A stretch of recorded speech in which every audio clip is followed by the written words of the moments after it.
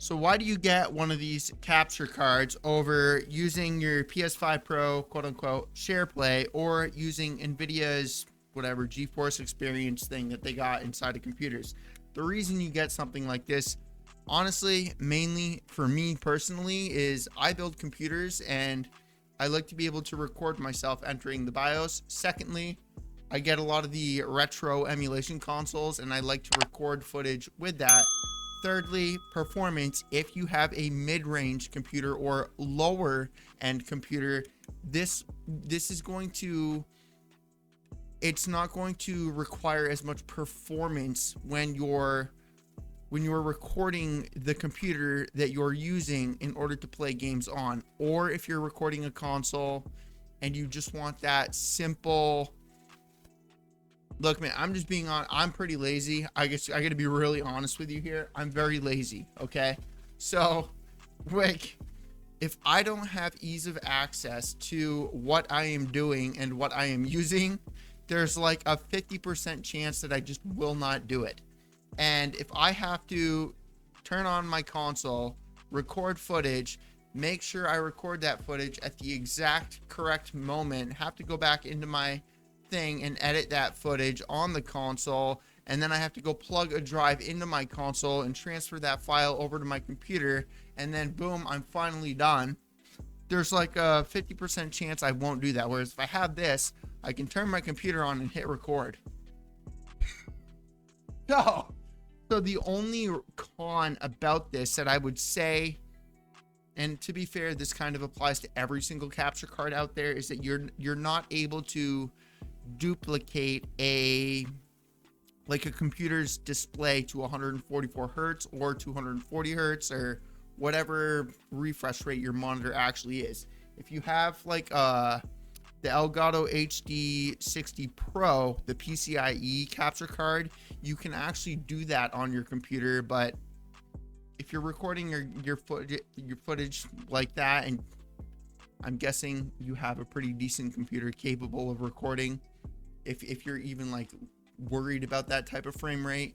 With that said, console, if you're like the PS5's performance mode, if you're trying to get 120 hertz to go through that over the 4K 60, then this is going to be a con for you, because you're not going to be able to output the 4K or 1440p 120 hertz is what I think the PS5 has. But really, that's really the main thing about this. I'm just going to show you what's in the box and how to use it. Really, it's very, very simple. It's just plug and play. But with that said, the first time I got Elgato, which I'll actually go over here in a moment with you, because the first time I got an Elgato, I actually got pretty confused with this. So I would like to, inform the people here that may end up run into that same problem. So it comes with its own HDMI. Obviously, of course, I probably should have said that you're going to need a good HDMI yourself, because if you're not able to, whatever, I'm guessing that if you're looking at a 4K capture card, you have a 4K HDMI, or else you wouldn't even be looking at a 4K capture card, because you wouldn't be seeing 4K. So it comes with USB 3 to USB-C, and how you use this is you plug your computer into the HDMI in, or you plug your console or whatever you're using into this. If you're using a camera like I am, I have a Sony camera, you're going to want to get something like an Elgato Cam Link, or there's a few of them out there, because you're not going to be able to plug your camera into this just due to whatever piracy reasons. But yeah, man, overall, I really like this thing. It's definitely so actually, hold on. So with the Elgato's capture card, the HD60, the Elgato HD, and then the HD or 4K 60S, I think is what it is. There's so many of them from Elgato.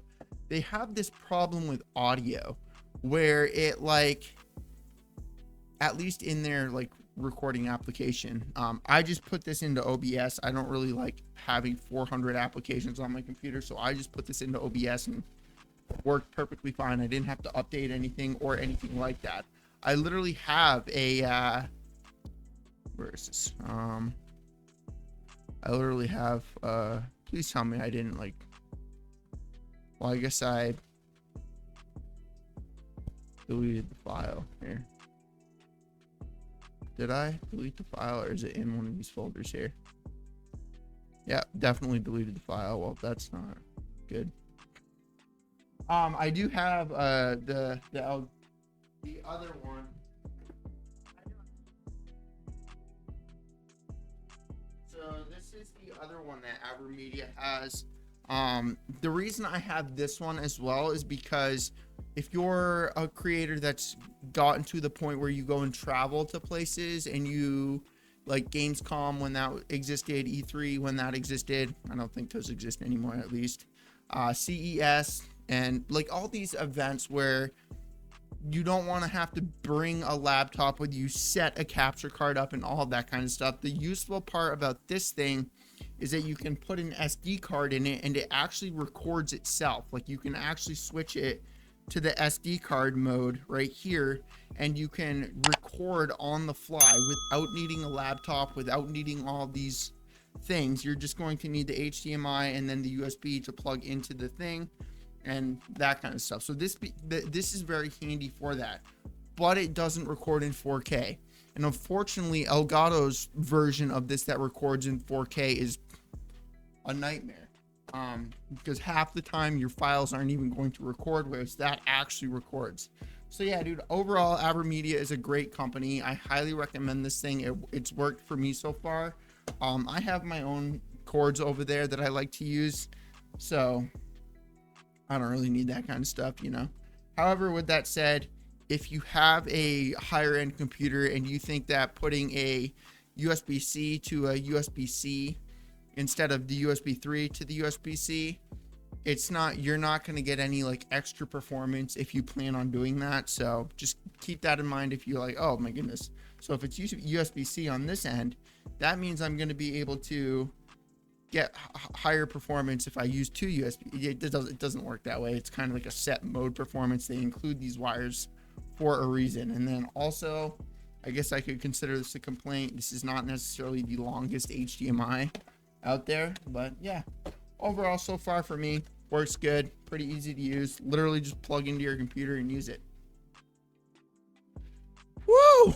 Real quick, just wanted to say that if you would like a PC from me, my Facebook business page is linked down in the description below. I do not charge you anything other than the cost of parts, which I do in fact give you a full list of everything with the final cost before I order it all with my own money. You do not pay me anything until you see the video, the performance, the benchmarks, and all of that kind of stuff. So again, link down in the description below.